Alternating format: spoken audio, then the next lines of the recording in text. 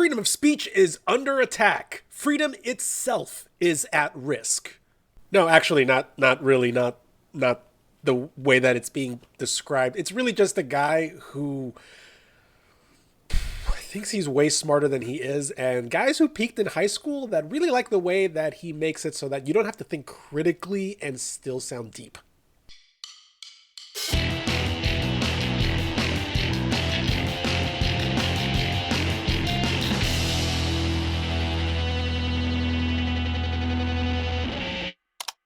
Gotta talk about it. Gotta talk about Joe Rogan and this whole thing about freedom of speech and censorship. And, we're gonna go ahead and skip right past all the other stuff that Joe Rogan has done over the years that are just either absolutely horrible or just flat out lies.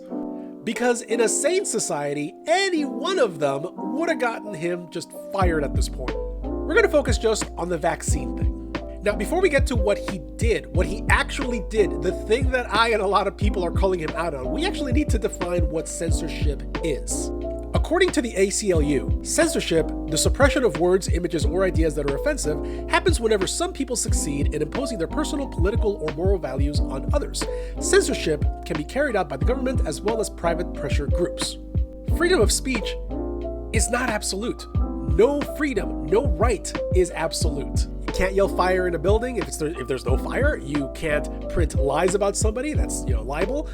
You can't slander them. You can't make threats. You can't entice others to commit a crime. You can't say that you yourself will commit a crime. That's going to get you in trouble. If you had a vermin problem in your front yard, for example, you couldn't just plant a bunch of landmines and take care of the little suckers. If you happen to worship a Martian deity of death that, happens to also be a giant pink unicorn, fantastic.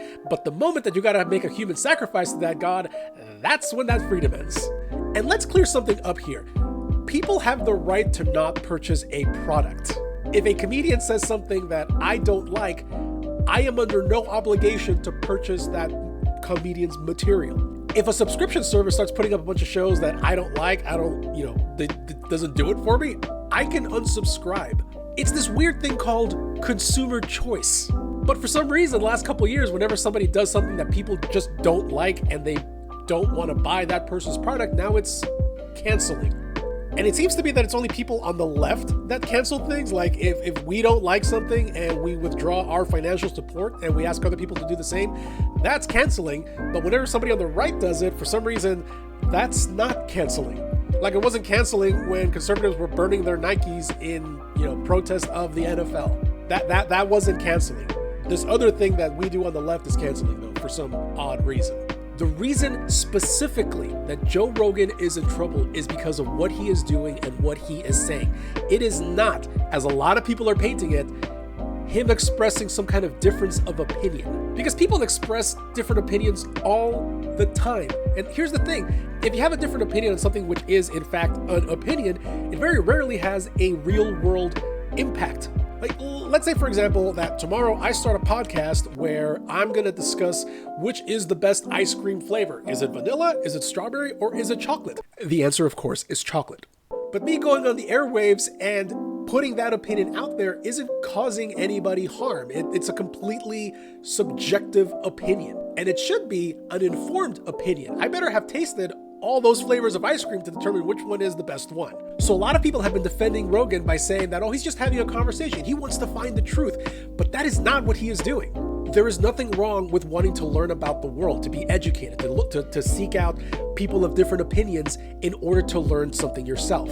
There is absolutely nothing wrong with that goal. The problem is that if you go out there and you take every opinion as though it had the same validity, you're going to end up in a really dark place. Because if you don't have the training and the background to sift through rhetoric, through scientific papers, to know who's full of crap, who's not, who are the people that I can trust, who are the ones that I can't, then you're kind of left on your own and you can end up believing some really out there stuff. Take, for example, flat earthers. A lot of the proof that they put out there sounds reasonable. Like there's a logic to it. They'll give you numbers. They'll show you the math of all the things that they believe in, and it makes sense. If you don't have a background in physics, because a lot of the stuff that they will put out is very easily disproven with just a basic physics education, a basic science education.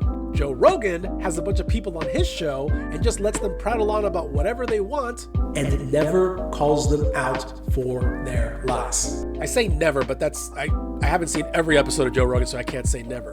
But I'm thinking of things like, say, when he had Alex Jones, when he had Jordan Peterson recently, when he had that guy that said he invented the mRNA vaccines, which he didn't. One of the absolute worst things that has happened as far as debate and putting things out there in the media is this idea that there are two sides to everything, that every opinion must be listened to. You decide. No, that's not how this works. If one person says it's raining, the other person says it's not, a journalist's job is not to report what both of them said. A journalist's job is to stick his head out the window and tell us which one of these two people is telling the truth. And by giving a platform to people who are lying about vaccines, in this very specific case, Rogan is putting them up on the same level as doctors and researchers who have been studying this thing for the last 2 years and have said, this is the thing. Here's how this works. Vaccines are safe. People are not dying of heart attacks en masse. There are dozens, if not hundreds, of research papers at this point that say this. And Rogan is putting up people and saying things on the air to millions of people that say otherwise and is giving them the exact same authority. It poisons the discourse.